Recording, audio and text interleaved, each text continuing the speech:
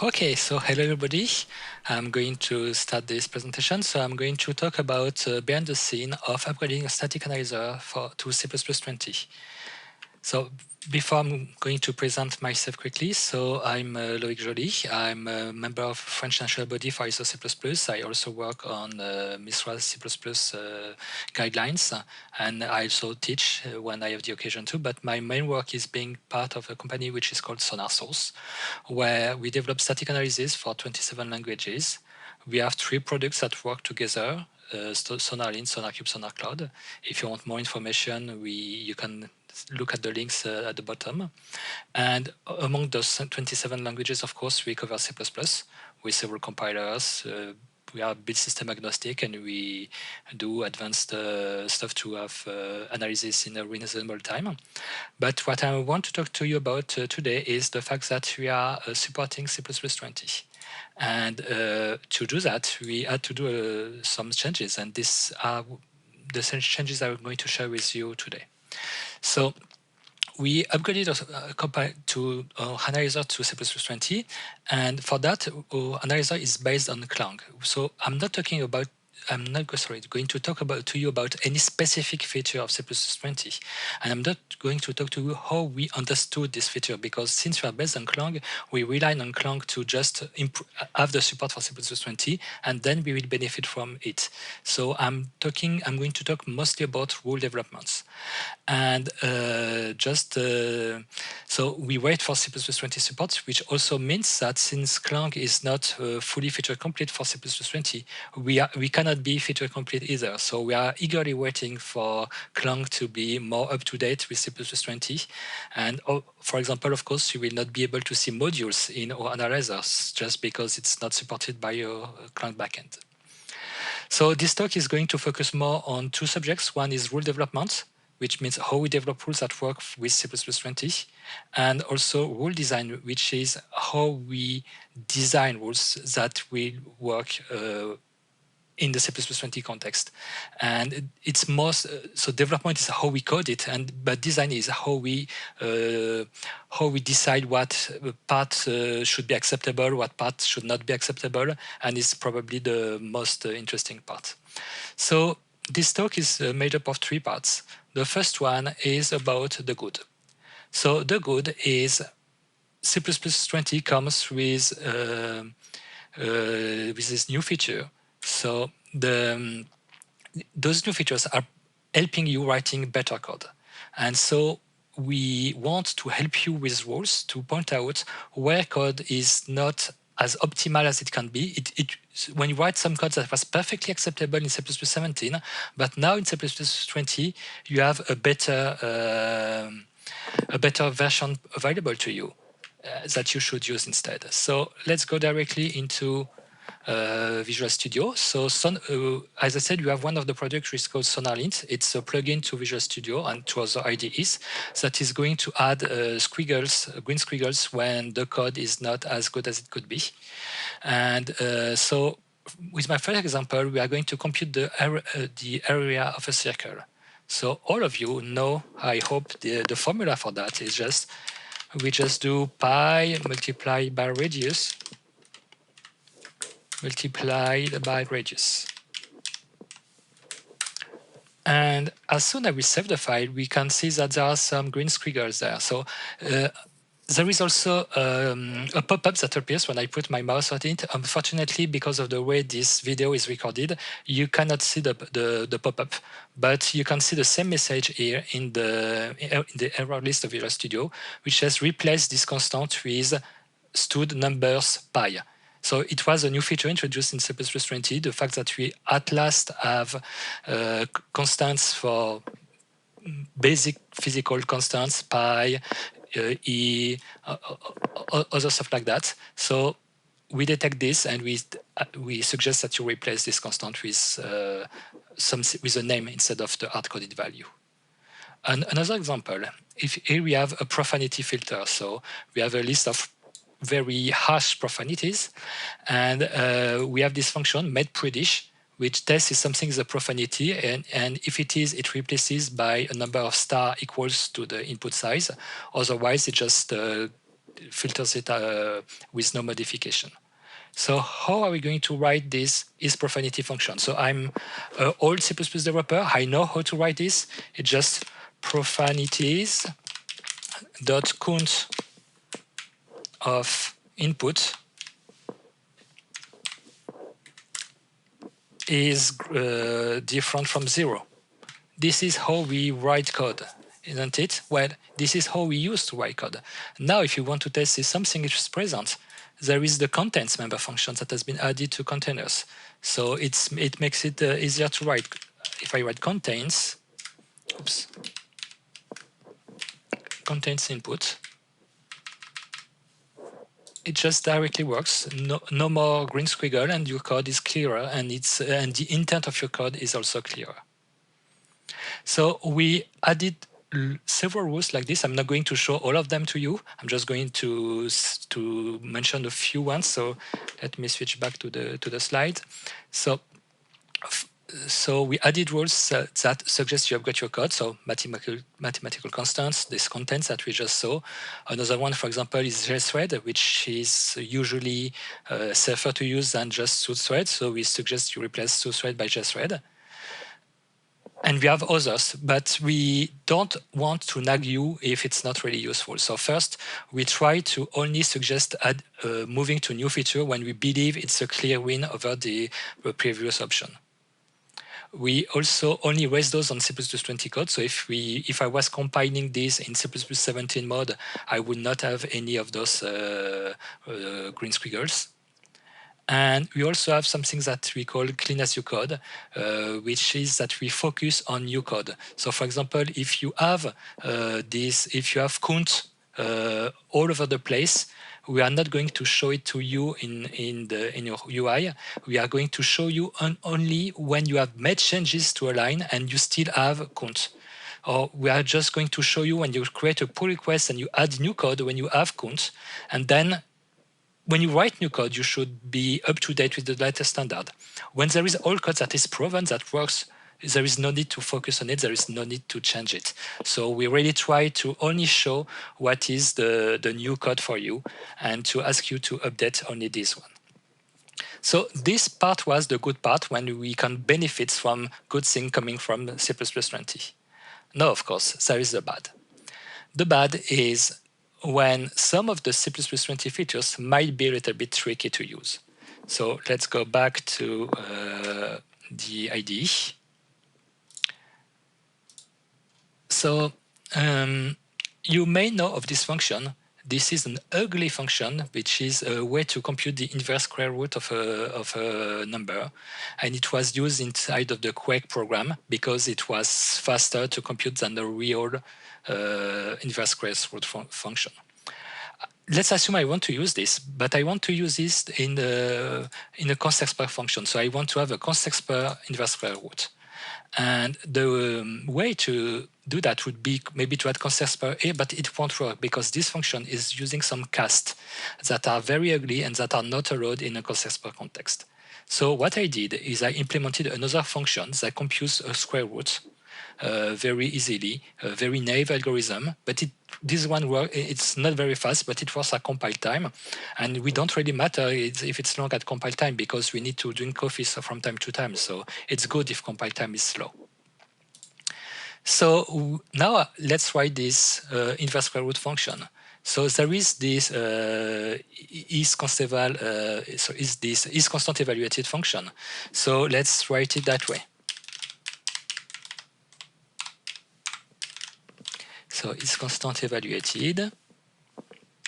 So if it's constant evaluated, you are going to call the function that is constexpr.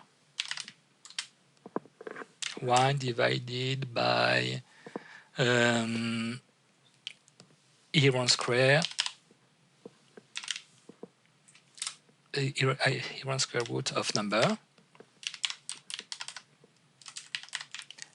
And otherwise, we are going to use the Quake function.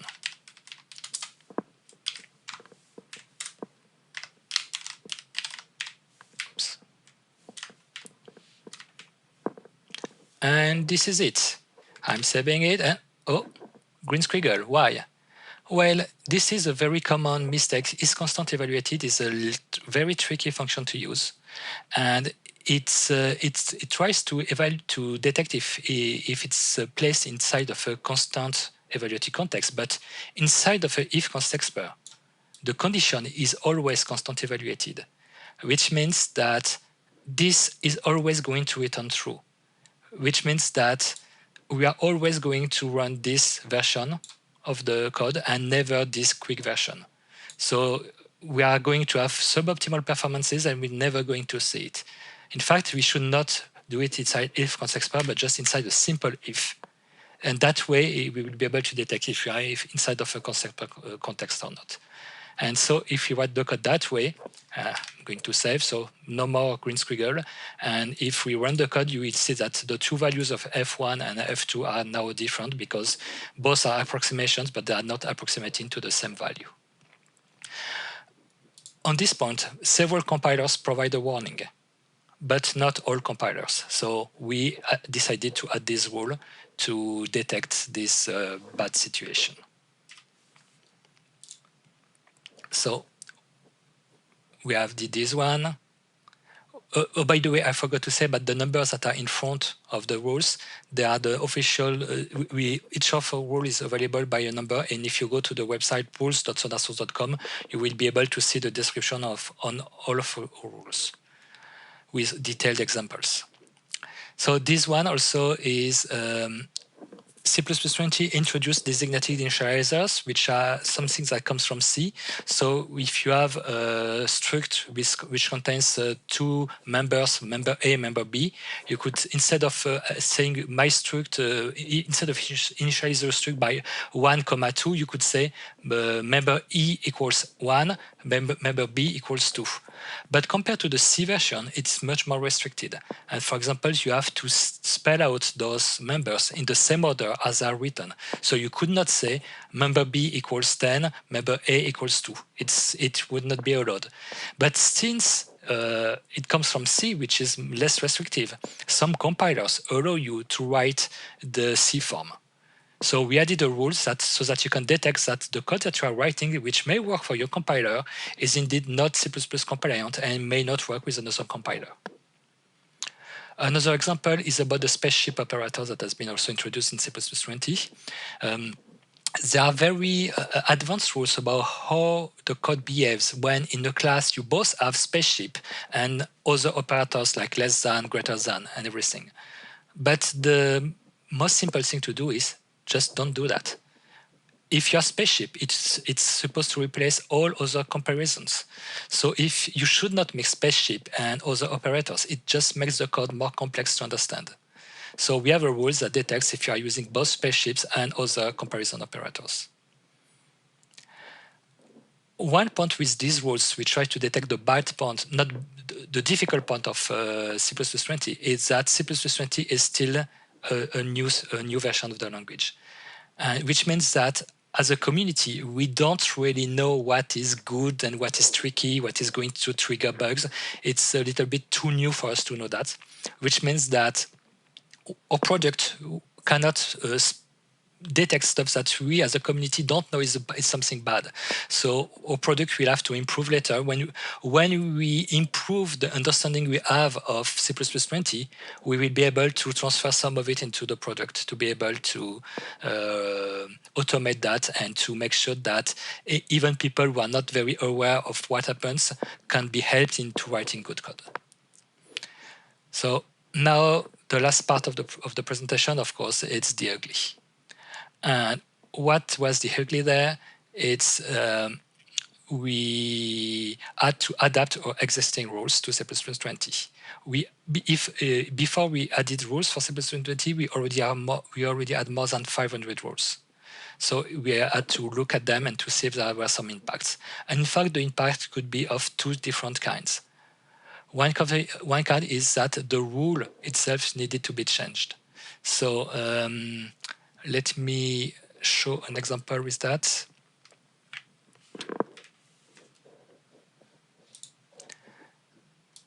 So we had a rule about namespaces, the fact that we can collapse namespaces.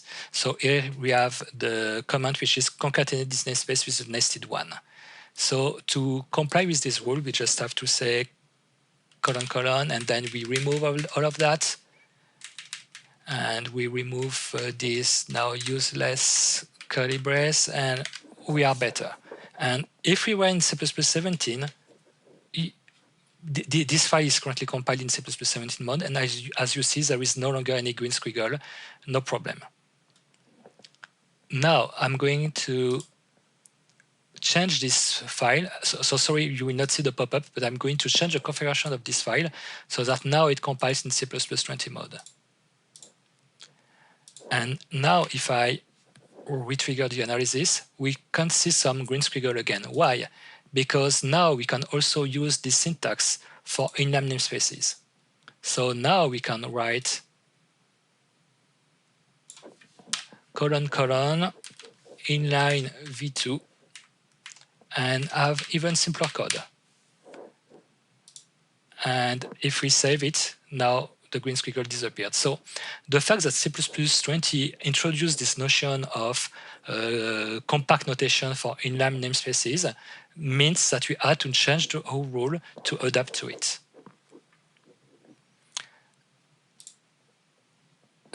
Switching back to the slides. So we had to change this rule. We oops, so it's not in the right order. So we had to update the nested inline namespace. We also changed the rule about bind. So we have a rule that says that bind should not be used, and instead we should use a lambda.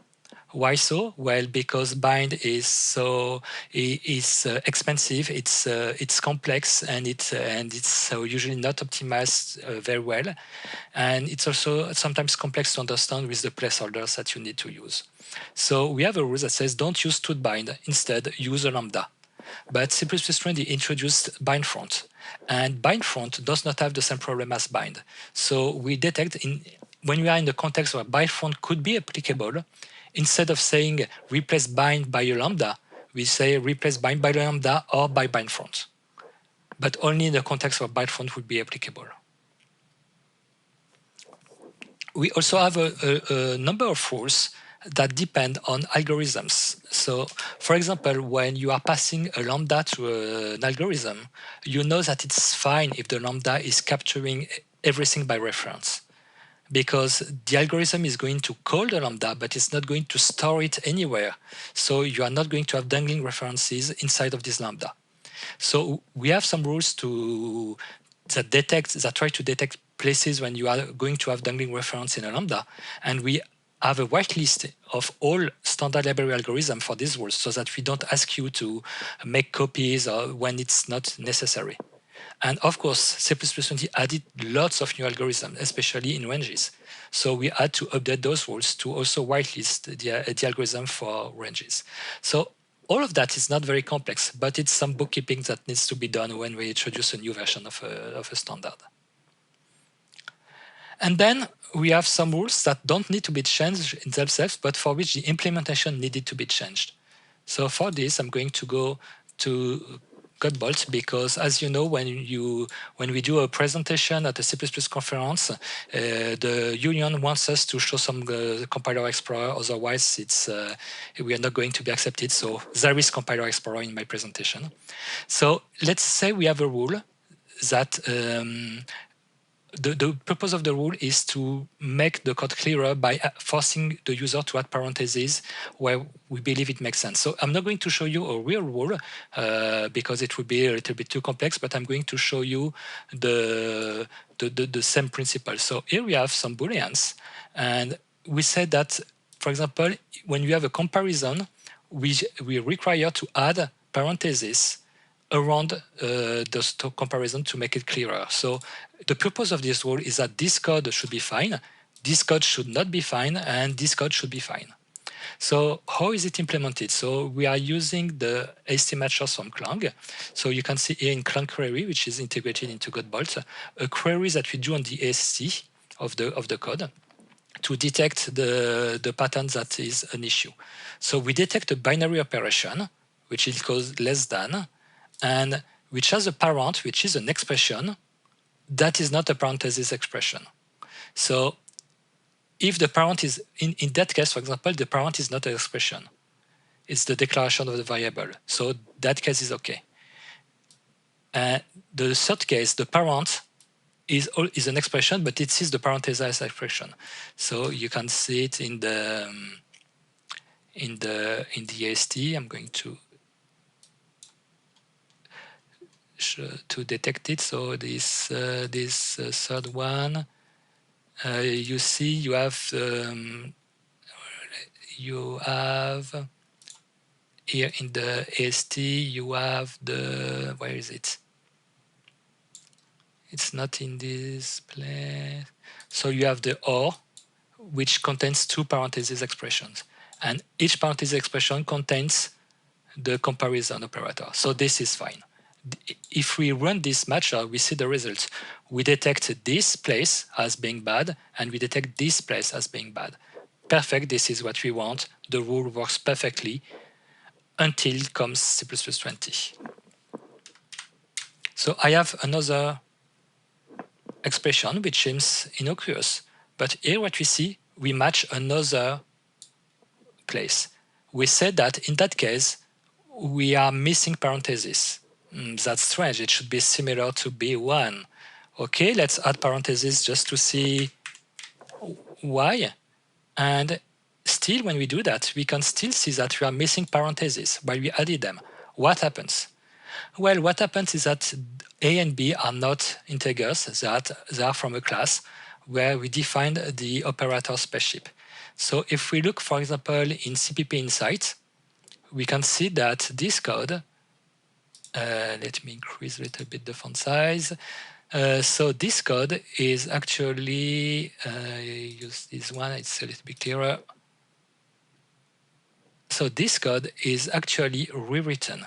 When we do A is less than B, in fact, what we are doing is A spaceship B is less than 0. So this spaceship operator, which is very convenient, introduces a kind of rewriting. So now, when we have A less than B, it's A spaceship B less than 0. And if we look in the AST, we can see then that this less than operator is which is there. Now its parent of it is no longer a parent. It's not directly the variable declaration, because there is this rewritten binary operator that has some call operator and everything. So just because of that, the rule that was working before no longer work, and we had to adapt the rule in order to be able to make sure that we handle this case correctly. So let's go back to the conclusion. Sorry, I'm not in the right slide. Oh, yes, because, okay. So we had to also do some kind of dirty checks like this to make sure that the previously working rules are not broken by a new feature. So in fact, that's all I had to present. So I'm now open to questions. I just want to quickly summarize. So when you have a new version of a standard, it's an opportunity to create new rules to help people switch to the standard, but it's also an opportunity to create new rules so that people stay away from dangerous parts of the new standard. And it's also a place when you have to review all existing rules, either in the implementation or in the definition, in order to be able to take into account what's coming new. So I don't know if you have any questions. I don't see any question in the chat. If you want to raise the hand to ask some question, you can do that. Do you really expect programmers to accept all suggestions and make corrections in the code? Well, as you know, when you are asking some question about what is good code to two C++ developers, you get 3 different answers. So, of course, we don't expect all suggestions to be accepted. It depends on your coding style. It depends on your preferences. We have a set of rules that we believe make sense for the majority of people, but probably not for everybody. So, of course, you can disable a rule if you think it's not suitable for you. And that's also what makes defining rules difficult and interesting at the same time, is that we try to find a definition that is broad enough that the interesting cases are going to be detected, but narrow enough that we are not going to disturb the user with many stuff that are not really relevant to him. I really think that, for example, if I come back to the previous example, replacing a count by a contains, I think it's it's a very simple one. It's not broken if it's not replaced, but the code is clearer and it's easy to do the replacement. So yes, we expect that for this kind of rule, the user will probably do the replacement if he's working really in a C++20 context.